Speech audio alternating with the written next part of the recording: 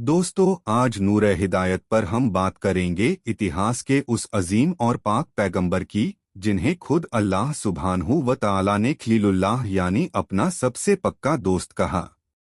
यह वाक़िया आज से हजारों साल पुराना है, जब इराक की सरजमीन पर एक बहुत ही जालिम, बेरहम और घमंडी बादशाह हुकूमत करता था, जिसका नाम था नमरूद। नमरूद का घमंड इस कदर बढ़ चुका था कि वो खुद को इस जमीन का खुदा कहता था। पूरी प्रजा और यहाँ तक कि हजरत इब्राहिम अलैहिस्सलाम के सगे चाचा भी मिट्टी और पत्थरों के बुतों की पूजा करते थे। लेकिन हजरत इब्राहिम बचपन से ही पाक साफ दिल के मालिक थे। वह सोचते थे कि जो बुत खुद मक्खी तक को अपने ऊपर से नहीं हटा सकते, वो पूरी कायनात के मालिक कैसे हो सकते हैं।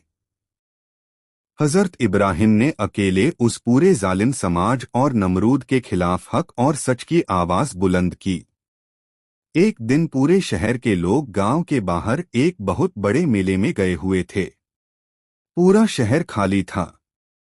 हजरत इब्राहिम ने इसी मौके का फायदा उठाया। वह उनके सबसे बड़े मंदिर में दाखिल हुए, जहां तरह तरह के बुत रखे थे। उन्होंने कुल्हाड़ी उठाई और एक एक करके सारे छोटे बुतों को तोड़कर मिट्टी में मिला दिया। लेकिन उन्होंने सबसे बड़े बुत को नहीं तोड़ा, बल्कि कुल्हाड़ी को ले जाकर उस बड़े बुत के गले में लटका दिया।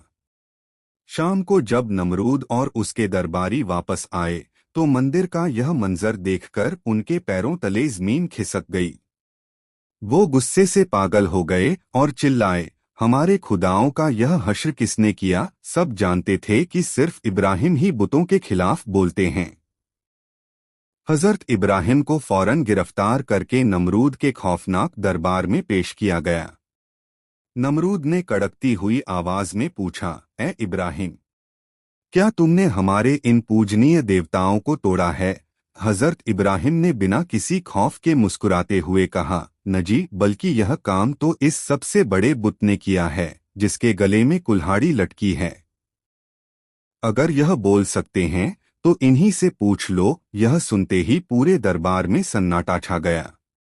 लोग शर्मिंदा हो गए, क्योंकि वो जानते थे कि पत्थर के बुत न देख सकते हैं, न बोल सकते हैं और न हिल सकते हैं।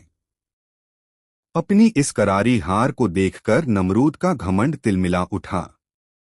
उसने चिल्लाकर हुक्म दिया, इस इब्राहिम को ऐसी भयानक मौत दो कि आने वाली नस्लें भी कांप उठें। इसे जिंदा आग में झोंक दो। नमरूद के हुक्म पर कई महीनों तक पूरे मुल्क से लकड़ियां इकट्ठा की गईं। एक बहुत बड़ी घाटी में आग जलाई गई, जो इतनी खौफनाक और गर्म थी कि उसके ऊपर से गुजरने वाले परिंदे भी जलकर राख हो जाते थे।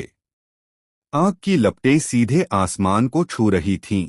आग की तपिश इतनी ज्यादा थी कि कोई भी इंसान हजरत इब्राहिम को उसके करीब ले जाकर फेंक नहीं सकता था। इसलिए नमरूद के इंजीनियरों ने एक बहुत बड़ी गोफन गुलेल जैसी विशाल मशीन बनाई, ताकि हजरत इब्राहिम को दूर से ही आग के समंदर में फेंक दिया जाए। हजरत इब्राहिम को बेड़ियों में जकड़कर उस मशीन पर रख दिया गया। जब उन्हें आग में फेंकने का आखिरी वक्त आया, तो अचानक आसमान फटने लगा और अल्लाह के सबसे मुकद्दस फरिश्ते हजरत जिब्रील अलैहिस्सलाम प्रकट हुए।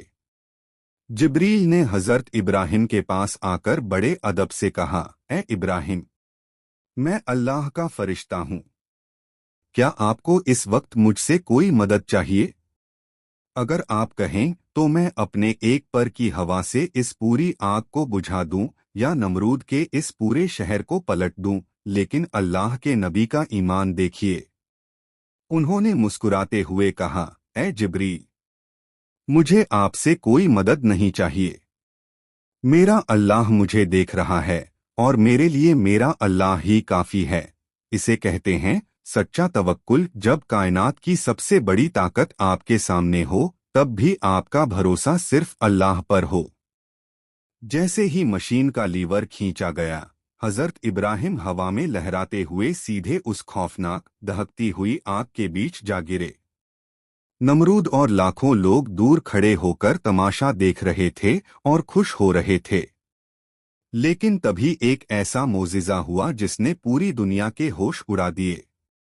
अल्लाह पाक का हुक्म हवाओं और उस आग को हुआ, या नारू कूनी बरगौ व सलामन अला इब्राहिम, यानी ए आग तू ठंडी हो जा और मेरे इब्राहिम के लिए सलामती बन जा। अल्लाह का हुक्म होते ही वो जानलेवा आग एक पल में ठंडी और खुशनुमा फूलों के बाग में तब्दील हो गई। जहां कोयले धधक रहे थे वहां ताज़ा चश्मे बहने लगे। नमरूद ने जब आंखें फाड़कर देखा तो वो हैरान रह गया।